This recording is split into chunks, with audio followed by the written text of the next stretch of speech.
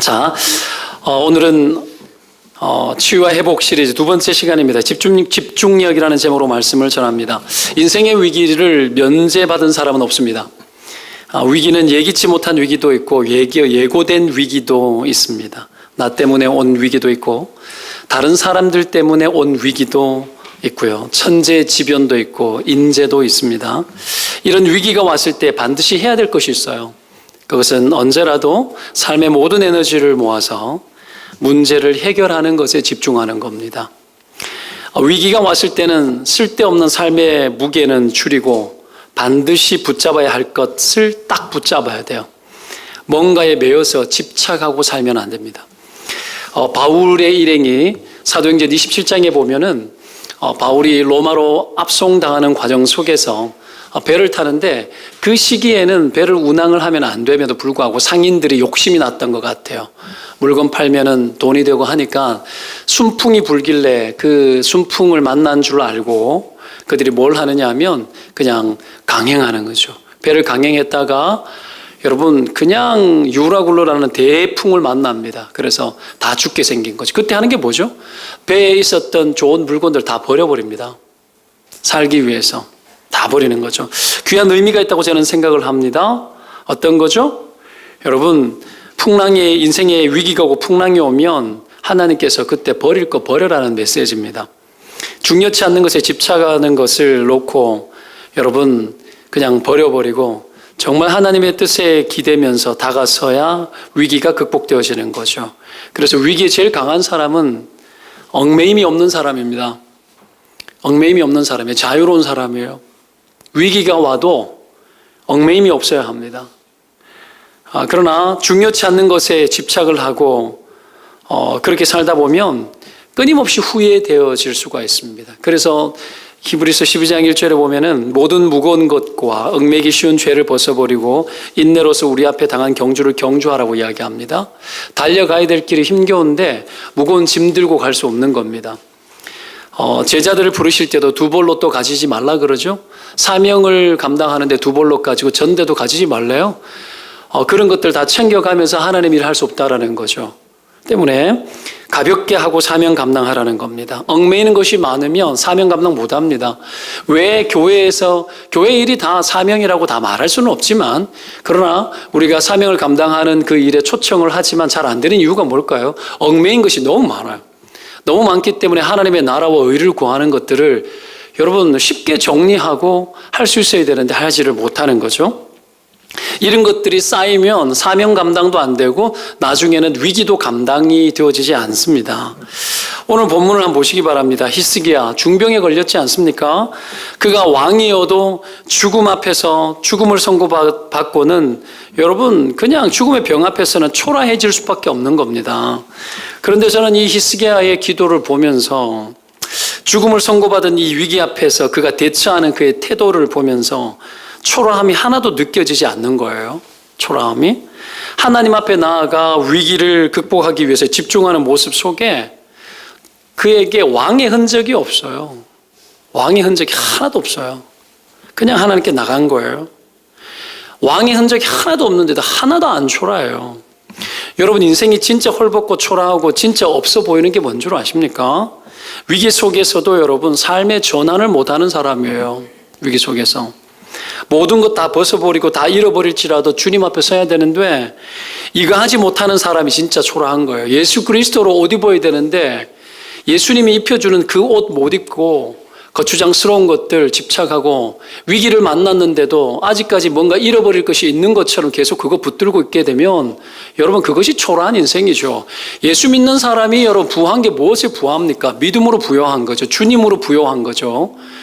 여러분 그걸 잊어버린 채 다른 것으로 계속 옷 입고 위기 때 그러고 있으면 낭패를 보는 겁니다. 그게 초라한 거죠. 히스기야 여러분 맞닥뜨린 인생의 위기 속에서 그 영혼을 새롭게 하시는 하나님의 섭리를 복받고 그 섭리 앞으로 다가서는 겁니다. 그래서 삶과 죽음의 기로에서 영적 집중력을 통해서 하나님의 섭리를 쫓고 붙드는 겁니다. 여러분 어려운 위기를 만났습니까? 여러분 여차 없이 주님께 붙들려 주시기를 주의 이름으로 축원드립니다. 위기가 언제 극복되어진 거죠? 위기는 여러분 하나님의 섭리가 성취될 때 극복된 겁니다. 환경이 타파되어져도 하나님의 섭리가 내 가운데 이루어지지 않으면 그 위기 끝난 거 아닙니다. 또 옵니다. 당연한 것 아니겠습니까? 때문에 위기를 극복하는 것은 문제 현상이 사라지는 것을 뛰어넘은 거죠. 위기를 만나면 하나님의 섭리를 구해야 되고요. 다른 것 다 잃어버려도 하나님께 집중해서 하나님이 원하시는 그 원함이 이루어지도록 만들어야 돼요. 거기에 집중해야 되는 겁니다. 그래서 뜻이 이루어지면 위기는 종결된 거예요. 병이 남아도 종결된 거고, 가정이 여러분 재정적으로 여러분 완전히 무너져도 하나님의 뜻이 성취되어지면 위기는 끝난 겁니다. 여러분 믿으면 아멘. 이게 세상과 다른 거 아닙니까? 이게 신자의 믿음 속에서 자리 잡혀야 되는 것 아니에요? 왜 두렵죠? 잃어버릴 것이 많으니까 두렵죠. 여러분 잃어버릴 것이 많게 살아가지 마시기 바랍니다. 삶이 심플해야 됩니다. 하나님이 원하시면 이렇게도 바뀌고 저렇게도 바뀔 수 있는 사람이 위기에 능하고 강한 사람입니다. 여러분 그렇다면 우리가 위기가 다가왔을 때 무엇에 집중해야 될까요? 오늘 히스기야를 통해서 몇 가지 귀한 교훈을 누리도록 합니다. 위기 때 우리는 무엇에 집중할 것인가? 첫째, 위기 때에는 하나님만 바라보는 것에 집중해야 돼요. 하나님만 바라보는 것에 집중해야 됩니다. 위기 때는 여러분 전환 능력이 강해야 되거든요. 전환 능력. 본문 1절에 보면 히스기야가 병들어 죽게 되었다고 나오는데 이때가 언제인 줄 아십니까? 앞장 37장을 보면 아수르의 침공을 받아치면 하나님의 기적적인 도움으로 18만 5천 명의 군사를 시체로 만들어버리고 전쟁에서 승리한 장면입니다. 히스기야 여러분 대단한 사람이에요. 아버지가 여러분 아하스 왕이었는데 아하스 왕은 완전히 나쁜 사람이었어요. 근데 히스기야가 29년을 다스리면서 뛰어난 통치력과 신앙심을 가지고 그렇게 국가를 통치를 합니다. 이런 왕 보기 쉽지 않아요. 그래서 그에게 붙은 명칭이 있는데 역대하 29장에 보면 이렇게 나옵니다. 그 조상 다윗의 모든 행위와 같이 여호와 보시기에 정직히 행했다고 나옵니다. 여러분 다윗처럼 행했다는 이야기는 잘 안 붙여요. 근데 그는 여러분 이 이름이 붙습니다. 다윗이 행한 것처럼 했다. 왕이 되어서 아버지가 폐쇄시켰던 성전문을 열어버려요. 성전을 엽니다. 모세의 율법을 따라서 제사를 드리기 시작합니다. 율법이 살아나기 시작합니다. 유월절을 지킵니다. 하나님의 구원의 은혜가 이스라엘의 기초였다는 것을 여러분 기억하고 유월절을 지킵니다. 북이스라엘에 초청해서 나라가 갈라졌지 않습니까? 북이스라엘 초청해서 너희들도 같이 예배하자 그럽니다. 이런 왕이 도대체 어디에 있습니까? 우상을 타파합니다.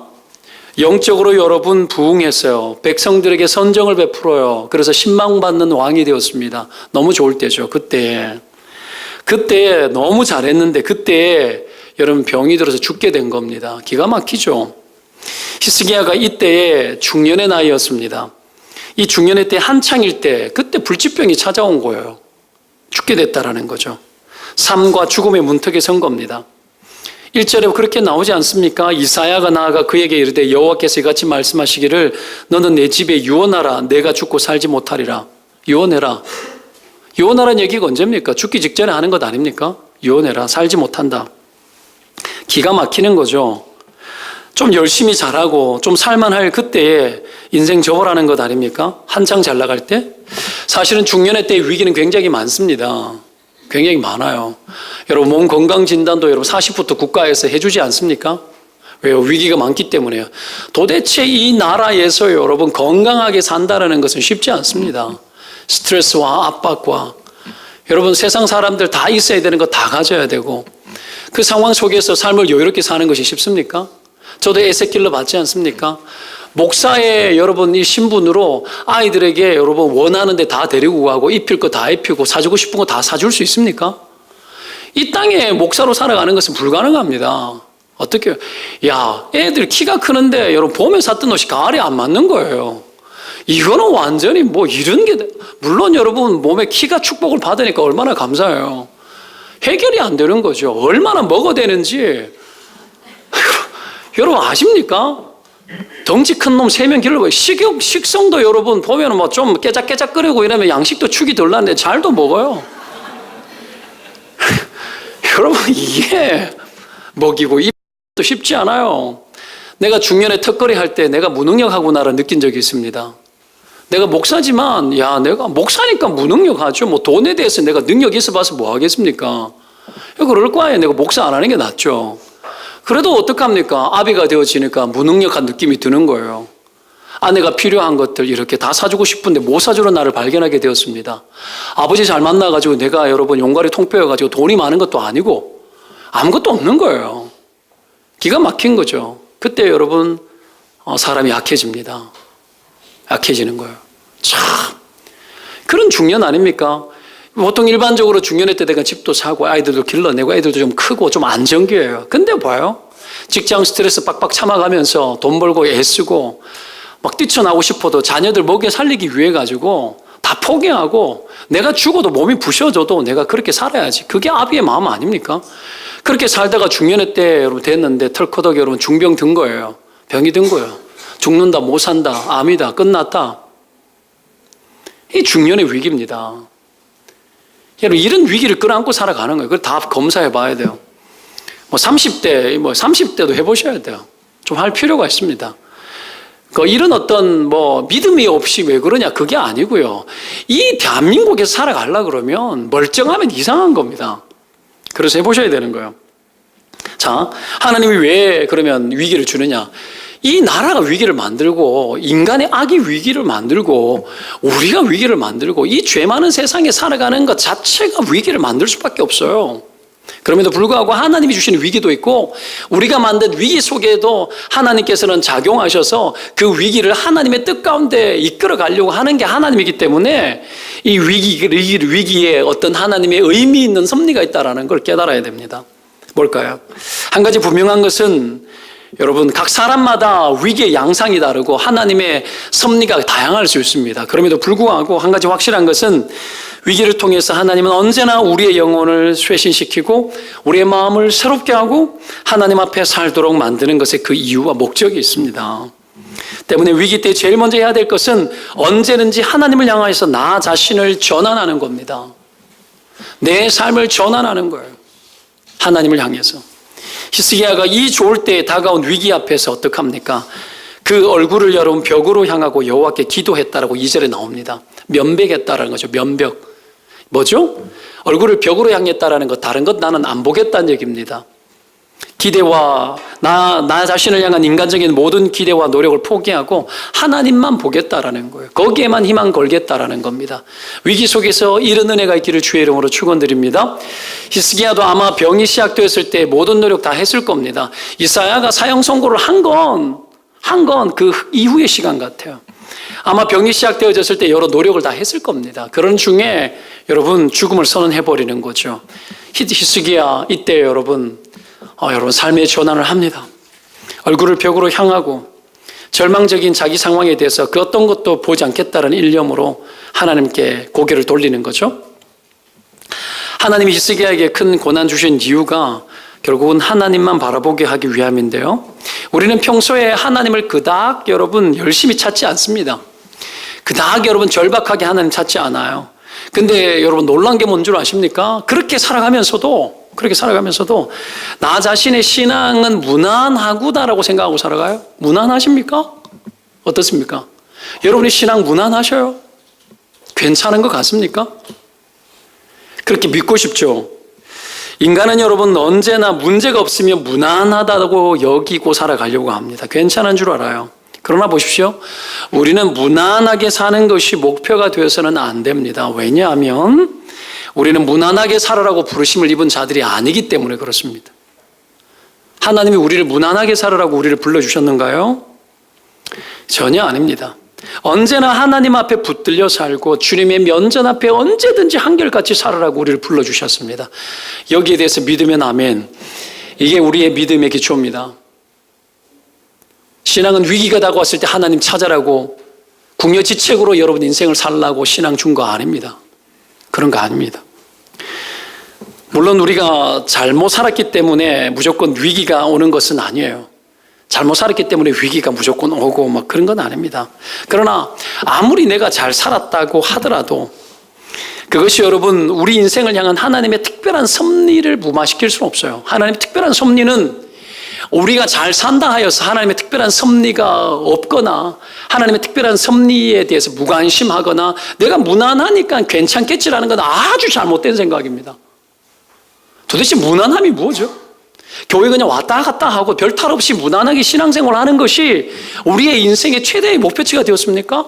이 시대가 요구하는 가장 고귀한 가치가 뭘로 바뀌었죠? 안정감 아닙니까? 신앙도 여러분 그냥 안정적으로 살아가는 것, 그게 무난함입니까? 아니에요. 신앙은 하나님 앞에 서지 않으면 그 어떤 것도 여러분 무난한 것이 없습니다. 환난을 만나고 시련을 만나도 하나님 앞에 서 있는 그 사람은 안전합니다. 그것이 우리의 신앙이 되어져야 합니다. 그 어떤 누구도 여러분 하나님 앞에서 이 정도면 무난하다고 할 수가 없는 거죠. 그걸로는 되지 않습니다. 유일한 기준이 되어야 되는 게 뭔 줄 아십니까? 내가 주님 앞에 면벽하냐 마냐 문제입니다. 내가 하나님 앞에 오늘도 하루를 시작하면서 하나님 앞에 내가 얼굴을 맞대고 내가 주의 얼굴을 보기를 원하느냐 마느냐, 이 마음이 오늘 이 하루의 삶에 있어서도 내 안에 얼마나 절절하고 진실한가. 신앙은 여러분 여기에서 점검되어져야 되는 겁니다.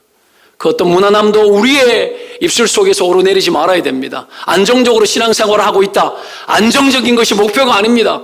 우리는 불을 만나도 하나님 앞에서 집중하는 것이 우리의 신앙의 목표가 되어져야 됩니다. 이것이 여러분 전환되어져야 돼요. 이것이 면벽입니다. 하나님을 바라보고 살아가는 거죠. 히스기야가 그거 실행한 거예요. 내가 왕인데, 내가 잘하고 있었는데 그게 중요하지 않습니다. 하나도 중요하지 않습니다. 내가 누구였는데 중요하지 않아요. 하나님 앞에서는 왕도 의미 없고 잘 나가는 내 순간도 의미 없습니다.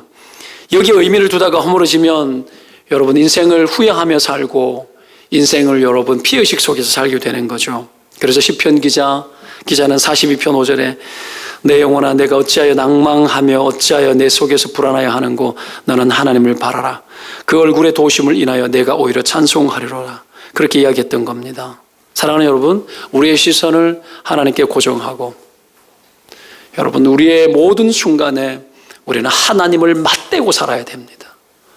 이것이 우리의 신앙의 기본이고 기초요, 기둥이고 목표요, 전부입니다. 여기서 벗어나 안정적인 신앙생활이라는 이름으로 인생을 살아가면서 하나님을 향하여서 절박함을 잃어버렸음에도 불구하고 무탈하다 하여서 안정적이라 여기고 그것을 우상으로 만들어 놓고 나의 기대치, 나의 영혼의 감각에 적절한 수준에 우리의 인생을 맞추어 놓고 그렇게 살아가는 것이 여러분 부당하지 않다고 말할 수 있습니까? 하나님의 부르심은 우리의 삶을 여러분 옥죄기 위해서 그렇게 하는 게 아니에요. 정말 하나님의 면전 앞에 우리가 그렇게 다가섰을 때에 우리의 영혼은 진정 자유롭고 하나님이 주시는 무한한 평안과 하나님의 베푸시는 무한한 은혜 아래서 상황이 불같든지 어떠든지 간에 전혀 자유로운 얽매임이 없는 그런 인생으로 우리를 만들어 간다는 걸 기억하셔야 합니다. 이것이 하나님만 보겠다라는 일념으로 면벽하는 자에게 주시는 하나님의 축복인 줄로 믿습니다.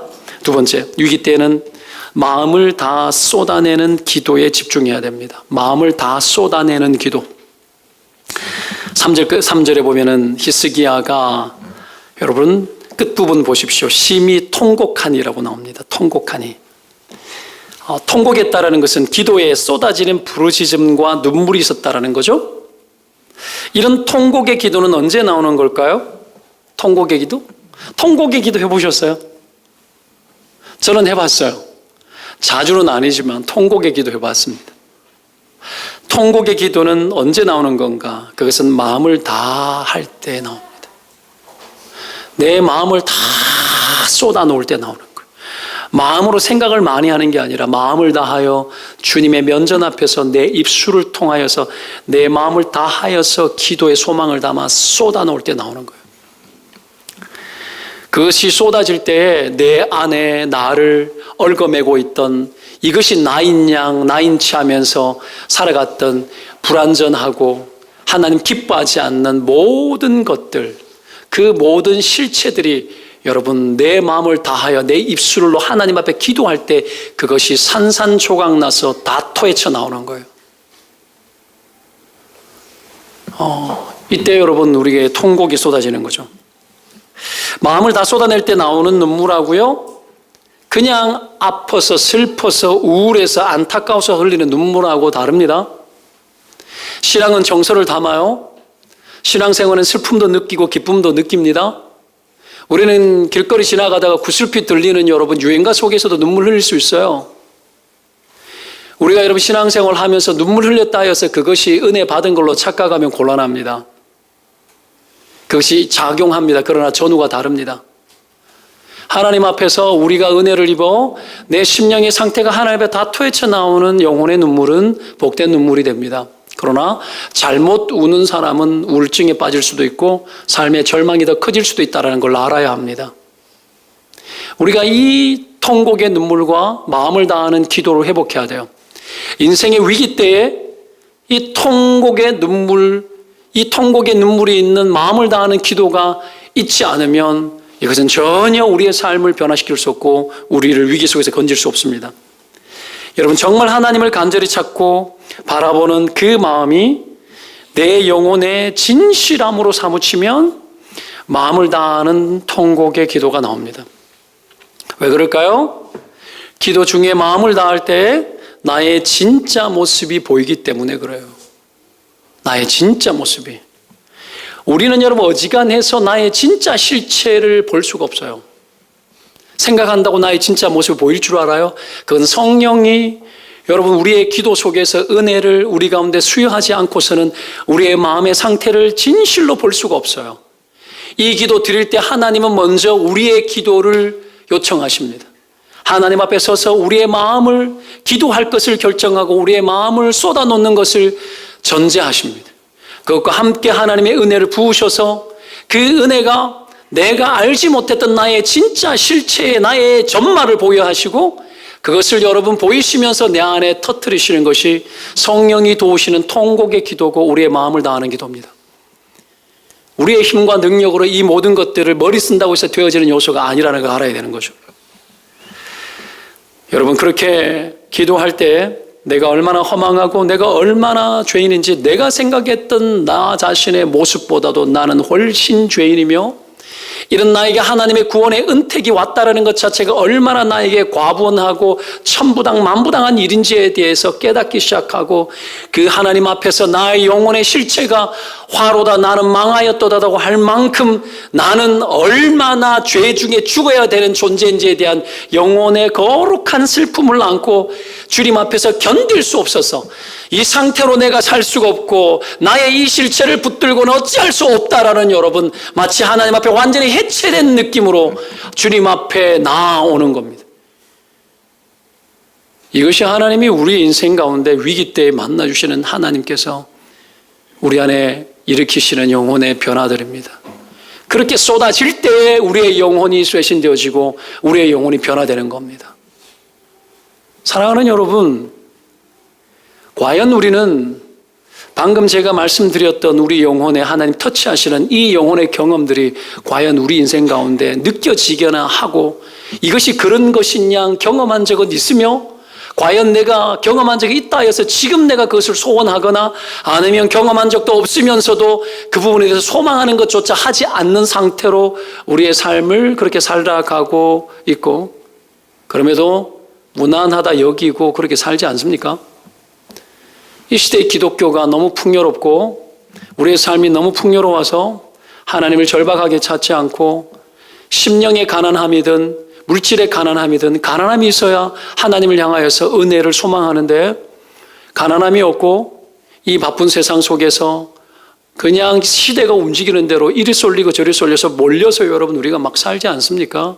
그러다 보니 자기 영혼을 돌볼 겨를이 없고 하나님 앞에 애절하고 간절한 기도의 소망조차 끊어진 채로 닥치는 대로 살고 닥치는 대로 살다가 성공하면 그것이 다인 것처럼 그것이 우리의 우상이 되어서 하나님 없는 삶의 평강과 주께서 돕지 않는 그 길을 걸어가면서도 아무런 문제가 없는 듯이 여러분 그렇게 살아가는 것이 너무나 자연스럽게 되고 그것을 축복인 양 소통하고 말하고 표현하고 하는 그런 여러분 병든 기독교 실체 병든 신자의 삶을 여러분 너무나 당연시 여기는 그런 시대를 우리는 살고 있지 않습니까? 제가 하는 이야기가 너무 과합니까? 하등 여러분 이 시대의 기독교가 다르지 않습니다. 이 시대의 교회가 성경이 말하고 복음이 말하고 성령이 말하시는 그 음성 속에 들어가서 하나님이 원하는 대로 여러분 가보려고 하는 이 마음이 여러분 이 시대 기독교 가운데서 상실되어 있는 거 여러분 아십니까? 그 속에 우리도 함께 여러분 알게 모르게 동참되어져 있고 그렇게 피곤치 않게 영혼의 피곤함 없이 살아가는 육체의 안일함을 쫓는 것이 너무 좋아. 그렇게 살아가는 것을 당연히 여기며 살아가는 거, 그것이 여러분 거기에 우리가 동참해주고 거기에 동의해주고 거기에 아멘해주지 않았습니까? 이것이 여러분 우리의 죄죠. 우리의 죄죠. 이게 교회의 죄입니다. 그러니 교회가 이 세상을 향하여서 여러분 세상을 오히려 다스리고 통치해야 되는 그 자리에 있음에도 불구하고 오히려 평가받는 자리로 여러분 나가 떨어진 거 아닙니까? 세상하고 너무 다르지 않고 너무 같더라는 거죠. 여러분 결국은 이 통곡은 하나님 앞에서 기도하는 중에 누리는 이 통곡은 하나님 앞에서 나를 향한 하나님의 마음의 감정을 내가 경험할 때 나오는 겁니다. 하나님의 마음이 나의 마음이 되고 하나님의 슬픔이 나의 슬픔이 되어서 여러분 성령이 말할 수 없는 탄식으로 기도할 때 그 탄식이 내한테 터질 때 나오는 게 통곡이에요. 성령이 우리 안에서 울고 계신 거 아십니까? 성령이 내 안에서 끊임없이 탄식하고 있기 때문에 우리의 삶이 여지껏 이 정도가 유지되어졌다는 걸 여러분 아십니까? 언제나 이야기하지만 우리의 신실함이 우리를 이곳까지 이끌어오지 않았습니다. 그분의 신실함 때문에 여기까지 온 거예요. 그분의 신실함 때문에. 여러분 이 통곡을 통해서 하나님이 움직이는 거죠. 히스기야가 여러분 여기에 다가선 거예요. 그 속에서 하나님의 감정을 느낀 거죠. 기도의 자리에서. 때문에 여러분 하나님은 우리 인생이 하도 말을 듣지 않고 고장난 그냥 살아가니까 우리가 만든 위기를 사용하시고 또한 때로는 하나님이 위기를 우리 가운데 보내셔서 우리의 영혼을 고치고 깨닫게 하고 하나님 앞에 어떻게 해서든지 세우려고 하는 겁니다. 어떻게 해서든지. 심지어 우리가 아이를 낳고 아이를 양육하는 그것마저도 여러분 기가 막히지 않습니까? 그때도 여러분 피곤해서 쩔어서 우리가 여러분 거기 멈춰 있는 것이 아니라 나의 연약함을 보고 이 아이를 내게 손님으로 붙여주셨는데 하나님의 자녀인데 이 아이를 붙들고 내 힘과 내 능력으로는 어찌할 수 없어서 울어봐야 되는 거예요. 우는 것밖에 여러분 할 방법이 없어요. 아이도 울고 나도 울고 아이가 아픈지 속이 어떤지 뇌가 어떻게 압니까? 불철주야로 여러분 아이를 위해서 살아가는 부모의 심정이 여러분 아버지의 심정 아닙니까? 그 상황 앞에서 여러분 해야 될 게 뭘까요? 하나님을 절대 의존하고 그분을 바라보는 겁니다. 그 속에 아이의 영혼을 붙들고 내가 어찌할 길이 없어서 울부짖어야 되는 거예요. 때로는 아이들이 사고를 치고 부모 말을 듣지 않고 머리는 커져서 자기 멋대로 행동하고 자기 마음대로 갈 때에도 우리가 할 수 있는 것은 언제든지 주님 앞에 나아가서 하나님 이 영혼을 위해서 내가 울부짖어 주님 앞에 기도할 수밖에 없음은 하나님으로부터 모든 변화의 시작이 있기 때문입니다 하고 여러분 그렇게 목 놓아 울어야 되는 겁니다. 그게 아니고서는 방법이 없어요. 좋은 기술과 좋은 양육 방식이 여러분 우리의 인생을 만들고 자녀들의 앞날과 미래를 만든다고 누가 이야기를 해요? 영혼은 하나님이 지으셨고 내가 아비이기 이전에 하나님이 그들의 아비이고 그들 영혼을 붙들고 있고 그들을 사랑하는 내가 다 알 수 없고 내가 다 알지 못하는 녀석까지 하나님은 돕고 여러분 이끌고 계획을 가지고 움직이시는 분이세요. 섭리하시고.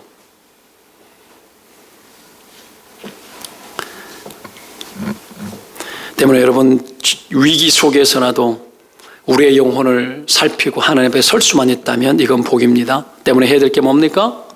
위기가 올 때에 기도하고자 하는 마음을 먹어야 합니다. 면벽했다라는 것은 마음 먹었다는 얘기입니다. 기도의 마음을 먹는 것은 우리의 이성이나 우리의 감정의 동의를 받지 않아도 됩니다. 어디까지나 의지와 결단이고요. 하나님의 명령입니다. 왜 그렇죠? 그렇게 하지 않으면 죽기 때문이에요. 여러분 죽음 앞에서 누가 마음의 동의를 구하고 죽음 앞에서 누가 감정과 이성의 동의를 여러분 요청하라 합니까? 죽음 앞에서. 아니죠. 하나님 앞에 결단해야 되는 거죠. 히스기야가 우리는 이런 질문 해볼 수 있어요. 히스기야가 이렇게 바르게 살았는데 하나님께서 이렇게까지 해야 되느냐 질문할 수 있어요. 그러나 여러분 아셔야 합니다. 하나님이 자신이 사랑하시고 소중히 여기는 사람일수록 그 마음을 더 연단하고 그를 더 거룩한 사람으로 만드세요.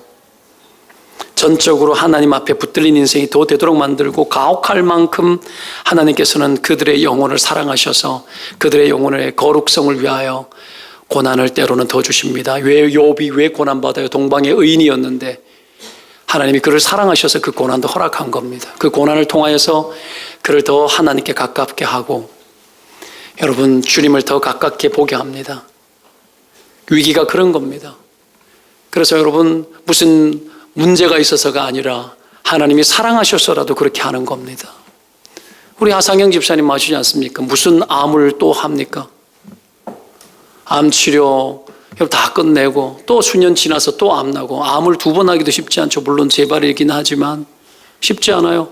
이현정 원사님 남편 우리 윤환재 집사님 폐암에 임파선으로 이 림프로 전이 되어져서 왜 갑자기 일어날까요? 2분의 삶들은 정결합니다. 제가 아는 바 정결해요. 왜 그럴까요? 하나님이 자기를 사랑하는 사람일수록 때로는 죽음을 더 가깝게 하고 하나님을 더 가깝게 해요. 제 인생을 통해서 볼 때 하나님은 굉장히 거치셨어요. 제가 40대 중반 넘어서 이제 50주를 향해서 걸어가는 입장에서 인생 많이 경험했겠냐 싶지만 수도 없이 죽음의 경험을 했고 왔다 갔다 하면서 저는 하나님 그렇게 표현해요. 하나님의 거칠은 사랑의 손길이라고. 따뜻한 손길이 아니라 제 인생을 향한 하나님의 손길은 굉장히 거치셨어요. 그렇지만 사랑이었어요. 내가 언제가 칼럼집이나 책을 쓰면 꼭 내고 싶은 제목이 하나 있습니다. 나는 매일 죽음을 묵상한다. 본능적으로 매일 죽음이 떠올라요, 저는. 여러분도 이런 위기와 이런 죽음의 경험들을 좀 많이 해보시기를 축원드립니다.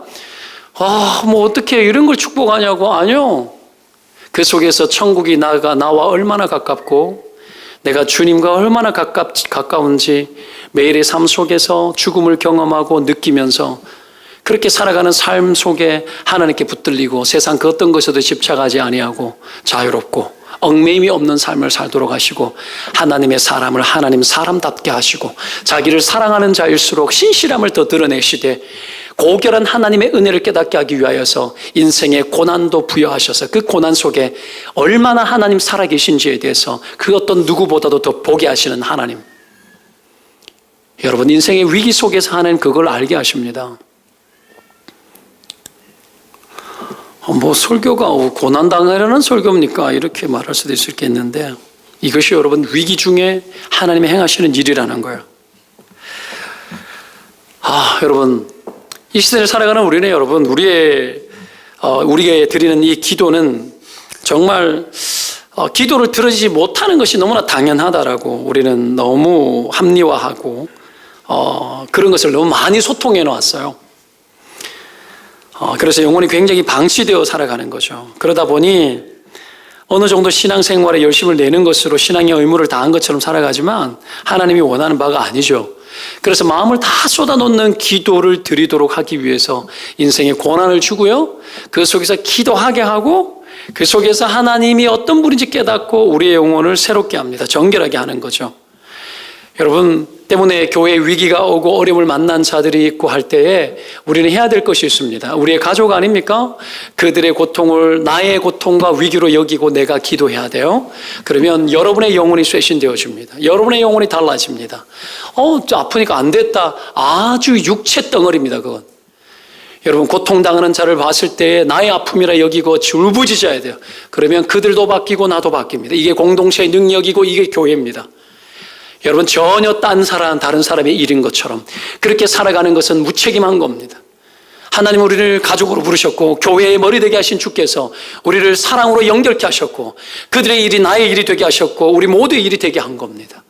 때문에 여러분 그 어떤 누구의 고통도 우리의 고통으로 울부짖는 그들은 하나님 앞에서 고난을 직접 당하는 자의 순도 높은 하나님의 변화와 은혜가 여러분 그들을 위해서 울부짖는 자들을 위해서도 똑같은 혜택을 주셔서 우리의 영혼을 변화시키시고 새롭게 한다는 걸 아셔야 합니다. 더불어서 그들의 위기를 놓고 기도할 때 내 인생에 다가오는 위기를 내가 이기게 되게 하고 위기를 방지하는 효과가 여러분 여전히 우리 가운데 동일하게 있다는 것을 아셔야 합니다. 때문에 위기를 보고도 위기인 줄 모르고 기도할 줄 모르는 사람은 위기를 부르는 사람이요, 다른 사람의 위기 때에 그것이 나의 위기인 줄 알고 함께 부르짖는 사람은 위기를 가로막고 오히려 그 모든 위기를 변화시켜낼 수 있는 하나님의 사명자가 되는 겁니다.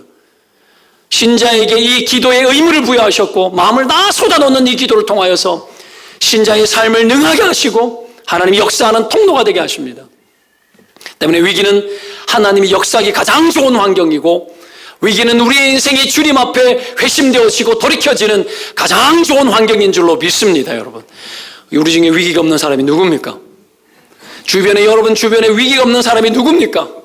그를 위해서 울부짖는 것, 여러분 영혼을 위해서 울부짖지도 못하는데 다른 사람을 위해서 어떻게 울부짖냐고? 아니요, 다른 이의 극심한 고통을 보고 알고 함께 울부짖어 울지 않는 나를 깨워야 되는 겁니다. 그렇게 해서 여러분 신자의 영적인 삶은 회복되어지는 거죠. 하나님의 무한한 섭리가 그래서 신자들의 삶 가운데 늘 함께합니다. 내년부터 토요일 날에는 새벽 기도가 없는데 토요일 새벽 기도합니다. 토요일 가족 새벽 기도로 합니다. 그래서 토요일 되면은 아이들 들쳐업고 끌어안고 자는 거 깨우든 없든 들고 나와서 기도해야 됩니다. 여러분 들고 기도하고 그렇게 해서 함께 기도하는 환경들을 더 만들려고 합니다. 사람들이 늘 목사에게 기도 부탁하면서 자기는 기도 안 하는 사람 봐요. 아주 나빠요. 여호수아가 당신이 기도했어요. 여기 이 히스기야가 당사자가 직접 기도했다고요. 자기 기도 없이 기도 부탁만 하는 아주 못된 신자들.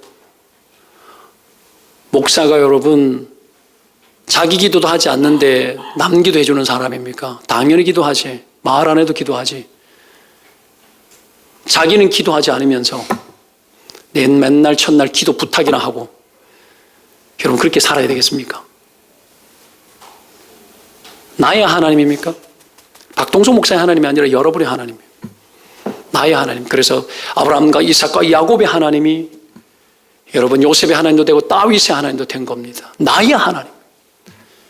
당면한 문제 앞에서 제일 먼저 부르짖어 기도해야 될 것은 당사자입니다. 여러분 자신이에요. 그래서 여러분 기도의 자리를 초대하려고 합니다. 힘껏 기도하고 새벽에도 기도해야 됩니다. 잠자지 말고 기도해야 돼요. 깨어서 기도해야 돼요. 여러분 어떻게 해서든지 부르짖고 기도하여서 우리의 영혼을 깨워야 합니다. 그래서 마음을 다하는 기도에 들어가시기를 주의 이름으로 축원드립니다. 부모의 새벽 기도, 부모의 기도는 자녀의 평생 축복입니다. 부모의 품 안에서 여러분 울부짖는 눈물 떨어진 여러분 그 기도 소리를 듣고 자란 아이가 인생에 방탕할 수 있습니까? 의식과 무의식 간에 하나님이 자리 잡혀 부모의 영적 정서가 자리 잡혀서 그 아이가 병든 길로 빠지더라도 빠졌다가 돌아옵니다. 부모가 보여주는 거 그겁니다. 이 시대의 부모들은 무책임합니다. 영적인 책임에 무책임하고 마음을 다하지 않습니다. 하나님 앞에서. 이 아이가 하나님의 아이라는 걸 기억하고 울부짖어 기도하며 신앙의 의무를 다해야 합니다. 부모의 여러분 책임을 다해야 됩니다. 신앙적 책임을 다해야 돼요. 그렇게 해서 여러분 이 시대의 위기에 빠진 기독교를 다시 세워내고 우리의 자녀가 하나님의 위대한 꿈을 안고 히스기야처럼 쓰임받을 수 있는 자녀들을 길러내야 됩니다. 그 길에 여러분 동참해야 되는 거죠. 마지막 세 번째로 위기 때에는 총체적 인생 점검에 집중해야 합니다. 따라합시다. 총체적 인생 점검에 집중하자. 3절을 읽겠습니다. 3절 시작. 이르되 여호와여 구하오니 내가 주 앞에서 진실과 전심으로 행하며 주의 목전에서 선하게 행한 것을 기억하옵소서 하고 히스기야가 심히 통곡하니. 자, 히스기야가 이 기도했습니다. 기도하면서 다른 것은 기도의 내용에 기록하지 않는데 좀 특이하죠. 기도의 내용 중에 자기가 어떻게 살았는지 무슨 자랑하는 것 같은 자기의 삶을 하나님 앞에 이야기를 해요. 그러고 나니 통곡했습니다. 이건 뭘 하는 거죠? 죽음의 문턱 앞에서 하나님 앞에 서서 마음을 다하는 기도를 하면서 자기의 인생을 총체적으로 결산하고 하나님 앞에 올려드리는 겁니다. 위기가 오면 반드시 나아가야 되고 위기가 오면 반드시 자기 점검이 필요합니다. 사람이 위기가 오면 본능적으로 내가 잘못 살았나라는 생각이 떠오릅니다. 이건 당연한 겁니다. 하나님이 인간 안에 부여하신 겁니다. 하나님의 인간 안에 부여하신 아주 애초부터 부여한 하나님의 형상과 영성입니다. 때문에 믿지 않는 자들도 죽음의 위기 앞에 다가서면 내가 큰일 날 죄를 지었는가에 대한 점검이 들어갑니다. 반드시 총체적 점검이 필요합니다. 히스기야는 놀랍게도 별로 부끄러움이 없는 삶을 살았다고 이야기하죠. 정말 진실했고 전심으로 선을 행하고 살았습니다. 여러분, 하나님 앞에 이런 부끄러움 없는 삶을 사시기를 축원드립니다. 위기 때에 하나님 앞에 여러분 회개와 잘못과 후회하는 것들이 대부분인 사람들이 많지만 히스기야처럼 자기 삶을 얼마나 고이고이 하나님 앞에 드리기 위해서 애를 썼는지 위기 때에 드러나는 사람이 있습니다. 히스기야는 위기 앞에서 자신의 인생을 총체적으로 점검했을 때 울지 않을 수 없었어요. 막 자기 점검, 인생을 총체적으로 점검할 때는 울음이, 통곡이 나오지 않을 수가 없어요. 히스기야의 이 통곡을 세 가지 차원에서 저는 여러분 묵상을 해봤습니다. 첫 번째가 뭐냐면 바르게 살아왔던 자신의 삶은 하나님이 그토록 원하는 삶이었고 자신도 하나님이 원하는 그 삶을 그토록 살고 싶었고 그토록 살기 위해서 그 뜻을 이루기 위해서 얼마나 애를 썼는지 그의 마음을 다했던 인생의 흔적이 보이니까 통곡이 나는 거야. 통곡이. 그렇게 살아왔던 자신의 삶의 감정과 노력과 애씀과 포기와 남들이 다 갈지라도 그 길 가지 않고 바른 길 가기 위해서 애를 썼던 그 용기와 결단과 마음, 그 지난날의 자기의 마음의 심령이 여러분 내 마음의 감정들이 그 순간에 총체적 점검을 통해서 다 올라오는 거예요. 눈물 안 흘릴 수가 없죠. 저도 가끔 뒤돌아보면 부끄러울 때도 많지만 눈물 날 때가 있습니다. 아무도 알아주지 않는데도 그 길 가고 막 여러분 그런 것들이 있거든요. 노력하고 정말 바르게 살기 위해서 애를 쓰고 여러분 그 흔적들이 지난날 살았던 그 흔적들이 위기 때에 다 보이는 거예요. 다 보이는 거예요. 그러니 통곡이 나죠. 여러분 누구든지 죽음이 결정되어지면 자신을 살피는 거죠. 바라건대 언젠가 이런 점검들이 우리 인생 가운데 올 만큼 큰 위기가 올 때에도 후회되지 않는 애절한 삶을 여러분 살아놔야 합니다. 살아놔야 합니다. 하나님 앞에 붙들려서 애절한 삶을 살아놓으시기를 축원드립니다. 그래야 위기 때에 하나님 앞에 내가 그렇게 살았던 삶의 절절한 여러분 진실성이 위기 때에 총체적 점검을 통해서 하나님 앞에 호소가 되어지는 거예요. 이게 여러분 위기의 때 드리는 기도 속에 있어야 되는 겁니다. 물론 이것 때문에 우리가 구원되어지는 건 아닙니다. 그 속에서 구원하고 고치고 회복시키는 것은 전적 주권 아래 있는 겁니다. 그럼에도 불구하고 하나님 앞에 자기의 삶에 대한 후회가 없는 통곡.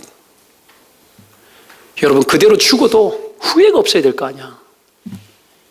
그 통곡을 쏟아놓을 수 있어야 될 거 아니에요. 살고 죽고의 문제가 아니라 위기가 해결되고 해결되지 않고의 문제가 아니라 그 상황 앞에서 지금 끝나더라도 후회가 없어야 될 거 아니에요. 그 삶을 살아 하나님 앞에 인생이 종결되어질지라도 종결되어지는 한이 있더라도 하나님 앞에 이 통곡으로 호소해야 될 거 아니에요. 너무나 당연한 거 아닙니까? 두 번째, 히스기야의 통곡은 그가 의로운 삶을 살았고 그것을 기도할 수 있음에도 불구하고 자신이 하나님 앞에서 한없이 부족함과 죄스러움이 가득하고 오히려 자신의 삶을 그렇게 살았던 것이 하나님의 긍휼과 은혜였음을 알았기 때문에 흘리는 통곡입니다. 지금 하나님께서 지금 이것을 다루고 있다는 걸 히스기야는 알았죠. 자신의 의로운 삶마저도 하나님의 자비와 은혜 때문이고 노하기를 더디하시는 하나님의 신실함이 하나님의 인자하심이 넘쳤기 때문이라는 걸 깨달은 겁니다. 때문에 여러분 자신의 삶을 살필 때에 그 어떤 누구가 바르고 의롭게 거룩하게 살았다 할지라도 주님 앞에 총체적 인생 결산 앞에 설 때는 하나님의 긍휼이 크심과 나의 한없는 부족과 한없는 죄성으로 인하여서 내가 얼마만큼 죄인이었는지 다시 한번 하나님 앞에 또 깨닫고 이것이 하나님의 구원의 은혜였음을 감격하게 되는 겁니다. 그 눈물이 히스기야에게 있었습니다. 지난날 뒤돌아보고 현재를 바라보고 자기의 삶을 총체적으로 점검하면서 자기의 부끄러움 속에 통곡하고 의의가 없음에 통곡하고 그렇게 신실하게 살려고 애를 썼지만 하나님의 신실하심이 나의 신실성보다도 수백 배, 수천 배 더 컸다라는 그 은혜 앞에 나는 주고마땅한 천부당 만부당한 하나님의 은혜를 입은 줄로 알고 그 앞에서 여러분 울부짖고 통곡하는 거예요. 이것이 여러분 히스기야의 두 번째 통곡입니다. 히스기야의 세 번째 통곡이 있습니다. 그것은 하나님 앞에서 지금껏 살았던 그 삶을 내가 죄악 중에도 긍휼히 여기시는 하나님의 은혜를 입어 하나님을 위해서 살고 싶어하는 그 마음이 정직했고 진실했고 백성들에게 선정을 베푸고 예배를 회복하고 개혁을 하고 하나님의 뜻대로 그토록 살고 싶어했던 하나님의 뜻을 이바지하고 내가 하나님의 나라와 의를 구하고 살았던 거기에 즐거움을 누렸던 그 기쁘시게 해드리는 하나님 앞에서 하나님을 기쁘시게 해드리는 그 삶을 하나님 내가 더 살고 싶다고 울부짖는 거예요. 더 살고 싶다고 하나님 더 원한다고 우리 안에 이게 있냐고 내가 주님을 더 사랑하고 싶다고 한때 내가 여러분 아내에게도 그런 고백한 적이 있지만 내가 여러분 40대 턱걸이 넘어서서 하나님 어느 날 내게 주시는 기도가 뭔 줄 아십니까? 하나님 내 주변에 있는 모든 사람을 하나님 나 다 사랑하고 싶다고 여러분 하나님 앞에서 하나님의 그 마음을 담아서 하나님이 원하는 삶을 살고 싶어하는 그 마음을 담아서 여러분 내 인생에 하나님 그런 기회를 주십시오. 이것보다도 더한 일이 있더라도 내가 주님을 기쁘시게 하는 그 삶을 살 수만 있다면 내 생애를 다 바치고 싶다고 오늘 히스기야가 여러분 그 통곡의 눈물을 흘리는 거예요. 오늘 이 세 가지 통곡이 우리 안에는 한 가지라도 이 세 가지 통곡이 한 가지라도 있습니까? 우리의 위기를 변화시킬 만한 하나님을 감동시킬 만한 하나님을 움직일 만한 그 기도가 우리에게 있습니까? 기도는 친히 하나님께서 우리 인생 가운데 은혜를 베푸시기 위해서 우리에게 주신 은혜의 방편으로 허용하신 것인데 하나님 앞에 그 기도가 있습니까? 여러분 우리의 삶이 후회되지 않습니까? 만약 오늘 내 인생이 종결되어진다면 만일 여러분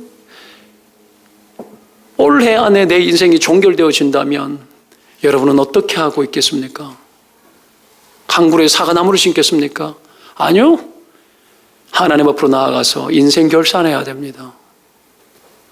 12월의 때를 우리는 맞이하고 한 해를 마무리하는 이 앞에 우리의 삶이 마지막인 것처럼 하나님 앞에 결산하고 울부짖어 통곡하며 후회됨에도 크신 긍휼을 입어 여기까지 왔는데 그냥 무난하다 여기며 신앙을 뒷전으로 하고 이 세상에 속해서 이 세상 바삐 돌아가는 이 세상에 내 자신을 맞추어내느라 온통 진탕이 된 우리의 영혼을 다 쏟아내요.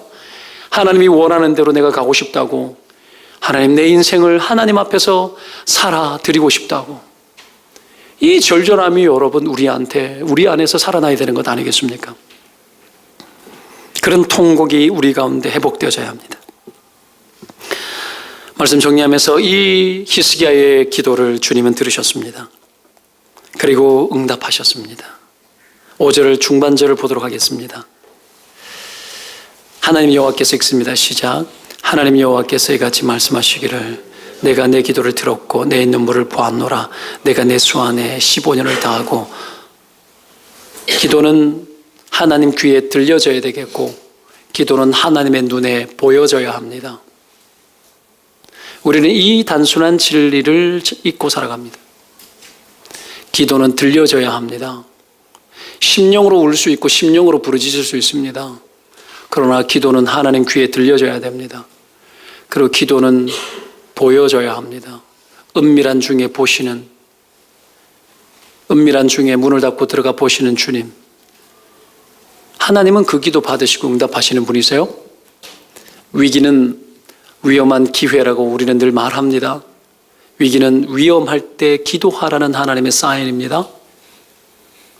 그 기도가 우리의 영혼을 하나님 앞에 서게 하고 우리의 영을 새롭게 하며 우리의 인생을 총체적으로 여러분 결산을 하고 그 앞에서 통곡하며 내 영혼을 향한 새로운 도약을 가게 하는 그러한 위기로 우리는 이 상황들을 맞닥뜨려야 합니다.